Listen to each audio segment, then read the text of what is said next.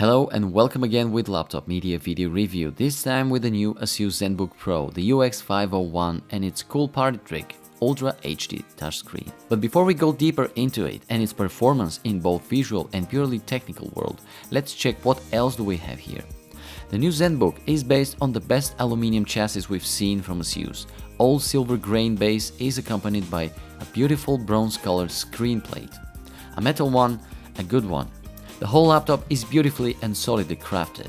Apart from that, we have nice solid construction which is not very heavy though. With a weight of under 2.5 kilos, it's one of the light machines in its class. We also have to consider the fact that touchscreen always increases the weight and thickness of the profile, but it firmly holds its ground in that aspect. Keyboard is nice as usual and trackpad provides smooth and easy finger movement. But let's now take a look at the screen itself, which makes this laptop so unusual, no doubt. The high resolution offered by the screen is not the only interesting spec here. This is the Ultra HD 3840 by 2160 pixels resolution.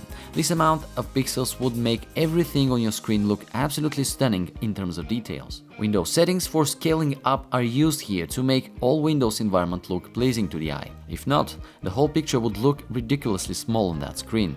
Of course, some of you would say that this is too much and a bit useless, but hey, a lot of stuff are going 4K and 4K ready nowadays, and we have to be prepared for such devices invading the market even more. Apart from the resolution, the screen features IPS, which makes it a fantastic piece of hardware for good screen admirers. But we all are, don't we? Another mention-worthy fact, this screen showed great screen flickering results during our tests. Down to 25% brightness, all was looking good, and we can surely call this screen harmless in terms of PWM.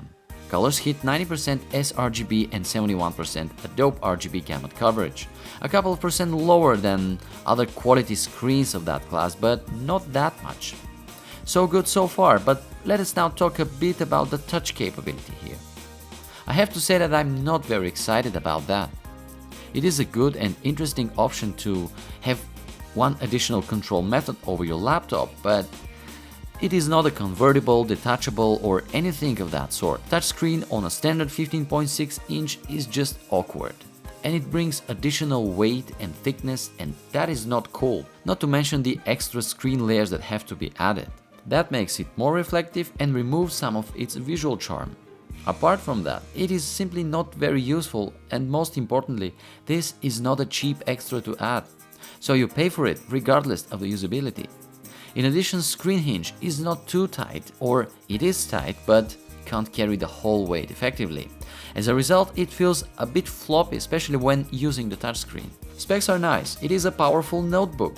Well, not one that will go into the gaming or workstation class machines, but will definitely be something performing very well. The quad-core Core i7 we tested was pretty good, although it could be even better. NVIDIA GTX 960M is the video providing great video performance with its GDDR5 memory. Plus, it has M.2 slot for great compact SSD upgrade. That of course means more and more speed options for your laptop. The performance is great, I do not complain about it, and you can see all our tests in our text review about the machine, using the link on the screen of course, but the problem is that the price makes it not very competitive to the big gaming guns like the Republic of Gamers, for example. $1,400 to $1,600 laptop, probably that simply goes into high price category where expectations are much higher. Battery also did not perform very well. I wasn't very surprised in that aspect considering the touchscreen and this screen resolution, but it could have been better for sure. About 3.5 hours was the maximum amount of time we were able to use it in web browsing. Gaming and HD playback showed much lower working time. Sound is good, as usual, by Bang & Olufsen, and ports bring a nice surprise as well. Some models, depending on the markets, will offer you a Thunderbolt port for fast data and multimedia signal transfer. In general, the ZenBook Pro UX501 is fantastic and very bold laptop, especially considering the rare Ultra HD resolution, great IPS and the cool design and nice build quality. But apart from that, we have to remember that the price is placing it among some great competitors like the Republic of Gamers laptops. Yes, it's not meant to be a gaming laptop, but for this amount of money, you can go for a real performance beast with workstation capabilities. And the touchscreen? Do I really need it? Nope, and I do not want to pay for it, but I have to.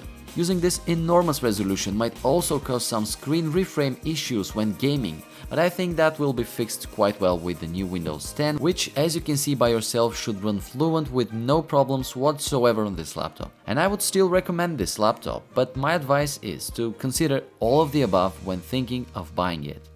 And if it all fits within your needs and requirements, then you might have found your desirable laptop.